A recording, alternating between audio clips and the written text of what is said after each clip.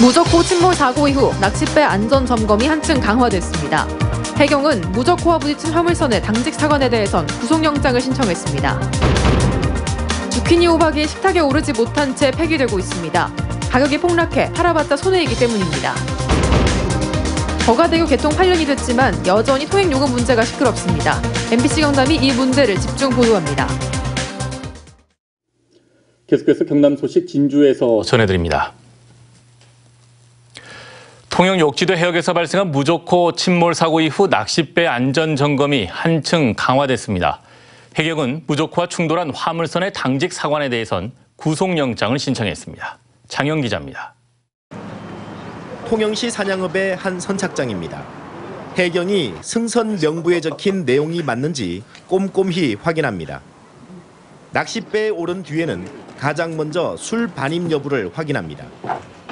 구명조끼는 제대로 갖추고 있는지와 공인된 것인지도 들여다봅니다. 한국성급이나 그쪽에서 승인받은 제품을 꼭 착용하셔야 합니다. 신고된 설계와 실제 선박 구조가 같은지도 확인합니다. 낚시어선 영역구역 외에 조업하는 걸 방지하기 위해서 V패스 등 위치 발신 시스템을 실시간 모니터링으로 안전관리에 최선을 다하고 있습니다. 조업구역 위반은 행정처분은 물론이고 낚시어선 협회에서도 강력한 제재를 받습니다. 기본적인 안전장비 점검 외에도 V패스 작동 여부와 선박 불법 개조 여부까지 점검이 강화됐습니다. 조업 중에는 선장이 선 내외에 설치된 CCTV로 구명조끼 착용 여부를 항상 확인해야 합니다. 구명조끼를 벗게 되면 항상 카메라를 보고 방송을 하고 지시를 하고 찾아가서 직접 입을 수 있도록 지시를 하고 있는 중입니다. 한편 해경은 무적호와 충돌한 화물선 당직 사관에 대해 업무상 과실치사 등의 혐의로 구속영장을 신청했습니다. 또 무적호를 전남의 한 조선소로 옮겨 충돌 부위와 불법 개조 여부, 기름 유출 등을 정밀 감식하고 있습니다. 실종자 한 명에 대한 수색 작업은 범위를 더 넓혀 이어가기로 했습니다.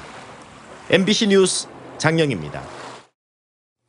반찬으로 인기가 많은 주키니 호박이 식탁에 오르지 못한 채 폐기되고 있습니다.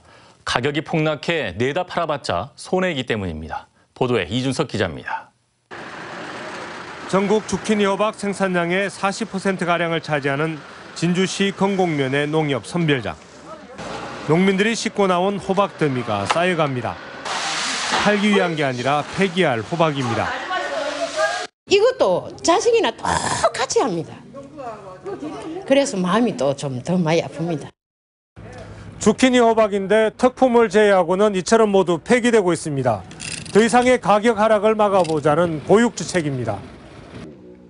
최근 주키니 호박의 도매 가격은 특품 10kg 한 상자에 8,000원 안팎, 19,000원 선이던 지난해 이맘때의 반토막으로 생산비에도 미치지 못합니다.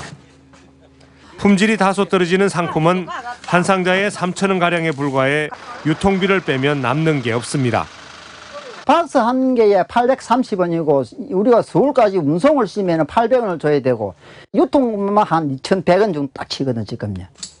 지난해 가을 태풍 피해를 본 시설 농가들이 재배 기간이 짧은 주키니 호박을 대체 작물로 재배하면서 과잉 생산된 게 가격 폭락의 원인으로 추정됩니다. 진주 건곡농협이 가격 안정과 농가 돕기를 위해 이달 들어 한 상자에 4,000원에 수매해 폐기한 호박은 5만 kg가량. 적지 않은 물량이지만 아직 효과는 나타나지 않고 있습니다. 주산지에서도 우리처럼 같이 동참을 해주면 가격의 상승이 조금 있지 않을까 그렇게 생각합니다. 농민과 농협이 가격 파동만은 막고자 호박을 스스로 폐기까지 하고 있지만 힘에 겨운 상황은 계속되고 있습니다. MBC 뉴스 이준석입니다. 경남과 부산의 산업을 결합하고 관광산업 활성화 등을 위해 거가대교가 지난 2010년 개통됐습니다. 개통 8년이 지났지만 여전히 통행료 문제로 시끄럽습니다. MBC 경남 앞으로 거가대교 통행료 문제를 지속적으로 보도합니다. 이상훈 기자입니다. 25톤 화물차를 모는 양혜엽 씨가 거제에 조선계자재를 납품하고 포항 집으로 향합니다. 거가대교에 다다르자 통행료 3만 원이 찍힙니다. 3만 원이 지불되었습니다. 기자재 한 번 납품하면 거가대교 왕복 통행료로만 6만 원, 기름값 16만 원까지 22만 원이 빠져나갑니다. 거가대교 통행료만 한 130만 원 정도, 한 14.5% 왕복을 하게 되면은 그 정도 비율을 차지하더라고요. 그러다 보니까는 엄청난 거죠. 여기에 거가대교가 개통하면서 운송 거리가 줄었다는 이유로 기사들이 받는 운송비도 10% 이상 줄었습니다. 국비와 민간 자본 등 1조 9천억 원이 투입돼 지난 2010년 12월 개통한 거가대교. 8.2km밖에 되지 않지만 지난 2003년 경상남도와 부산시, 민자 사업자가 맺은 협약 등을 근거로 만 원에서 3만 원까지 받고 있습니다. 8.2km에 불과한 이 거가대교는 전국에서 통행요금이 가장 비쌀 뿐만 아니라 차종 간의 요금 편차도 전국에서 가장 큽니다. 한국도로공사가 운영하는 도로는 물론 다른 민자 도로보다도 월등히 비쌉니다. 특히 버스나 대형차의 경우는 서울에서 부산까지 요금보다 거가대교 통행료가 더 비쌉니다. 때문에 버스나 화물차의 실제 통행량은 예측치의 10% 정도에 불과해서 통행료 적자를 가중시키고 있습니다. 결국 시민단체는 물론 단체장까지 나섰습니다. 거가대교 통행료 인하는 단순히 그제 시민만의 문제가 아니고 거가대교를 이용하는 전 국민들의 문제이기도 한 만큼 이번 우리 그제 시민들의 통행료 인하 문제를 우리 경남도와 부산시는 좀 적극적으로 3종 화물차의 경우에는 경부고속도로 기준으로 60배에 달합니다. 일반 그 1종 승용차 기준으로는 27배고요. 킬로미터당 단가로. 이런 어처구니 없는 요금 편차를 만들어낸다는 것을 또 납득을 할 수가 없고. 이와 관련해 운영사인 GK 해상도로는 요금은 협약을 근거로 책정됐으며 2013년 비용 보전 방식으로 협약이 바뀌면서 요금은 주무관청이 정한다고 밝혔습니다. 주무관청인 경상남도는 요금 등과 관련해서 조만간 경남발전연구원에 용역을 맡길 예정이라고 밝혔습니다. MBC 뉴스 이상훈입니다. 다음은 희망 2019 이웃돕기 성금을 보내주신 분들입니다. 함양군 서춘수 군수와 직원 416만 9천 원, 한전 KPS 삼천포 사업처 151만 6,876원, 사천시 청솔 종합건설 주식회사 50만 원, 사천시 보령동 대경 파미르 105동 주민 39만 7,540원, 사천시 보령동 13동 주민 33만 원, 사천시 보령동 대경 파미르 101동 주민 30만 5천 원, 사천 아이쿱 조합원 30만 원, 사천시 보령동 대경 파미르 103동 주민 24만 1천 원, 진주시 초전 해모루 루비체 4단지 입주자 대표회의 20만 원, 함양군 함양읍 고려카서비스 유준상시 20만 원, 산청군 단성면 교동마을회 15만 원, 진주시 주경경로당 10만 1천 원, 사천시 보령동 잠모텔 10만 원, 사천시 축동면 길평경로회 회원 10만 원, 사천시 송포 양계마을 주민이 10만 원을 보내주셨습니다. 성금을 보내신 분들께 감사드립니다. 진주 삼성교통노조가 파업을 예고한 가운데 민주노총 진주시 지부가 진주시장이 문제 해결에 나설 것을 촉구했습니다. 민주노총 진주시 지부는 오늘 진주시청에서 기자회견을 열고 조규일 시장이 시내버스 문제에 대한 직접적인 소통을 통해 시민의 교통 불편 해소와 버스 노동자 생존권 문제 해결에 나서야 한다며 삼성교통에 대한 긴급 자금 투입과 적정 표준 운송 원가 책정을 요구했습니다. 정의당 진주시 위원회가 진주시 의회에 업무 추진비 사용 내역 공개와 관련 조례 제정을 촉구했습니다.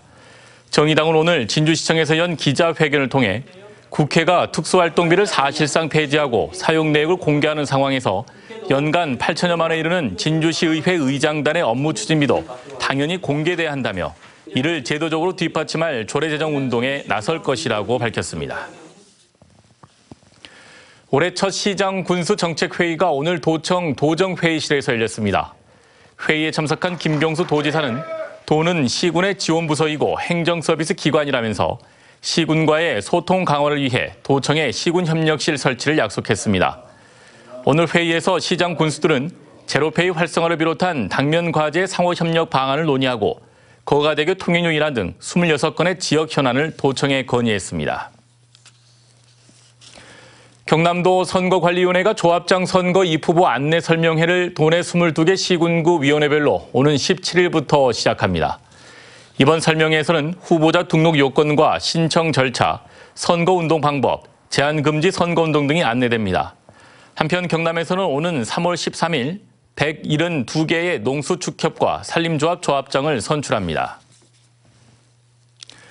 경상남도가 정부의 남해안권 발전 사업과 연계해 남해 다이어트 보물섬 조성 사업과 하동 섬진강 백길 복원 사업을 추진합니다.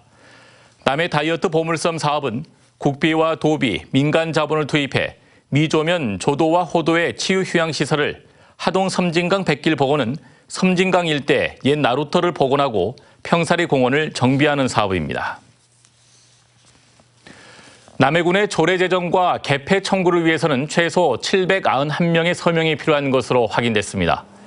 지난해 12월 30일 기준으로 남해군의 19살 이상 인구는 39,578명으로 이 가운데 50분의 1 이상인 791명의 서명이 있으면 조례 제정과 개폐 청구가 가능합니다. 지방자치법에 따른 주민의 조례 제정과 개폐 청구는 지방행정의 민주성과 투명성을 보장하는 제도입니다. 사천시가 산모 신생아 건강관리 지원 조례를 제정해 사후 도우미 비용의 본인 부담금을 최고 90%까지 지원합니다. 사천시에는 산후조리원이 없어 산모들이 출산 후 각 가정에서 산후도우미를 이용하고 있지만 본인 부담금이 50에서 60%에 달해 이용률이 낮았습니다. 지원 대상은 출산일 기준으로 6개월 전에 사천시에 주소지를 둔 산모입니다. 신선 엽채류가 재배 지역에 따라 중금속 함량이 달라질 수 있다는 연구 결과가 나왔습니다. 경상대학교 농업생명과학대학 온해생산공학실험실이 진주 지역의 공단과 고속도로 인근, 농촌 등 3곳에서 엽채류를 재배해 중금속 함량을 조사한 결과 고속도로 인근에서 나비 식품 안전 기준을 초과했으며 공단 지역에서는 알루미늄이 다른 지역보다 최대 15배까지 검출됐습니다. 지금까지 진주였습니다. 고맙습니다.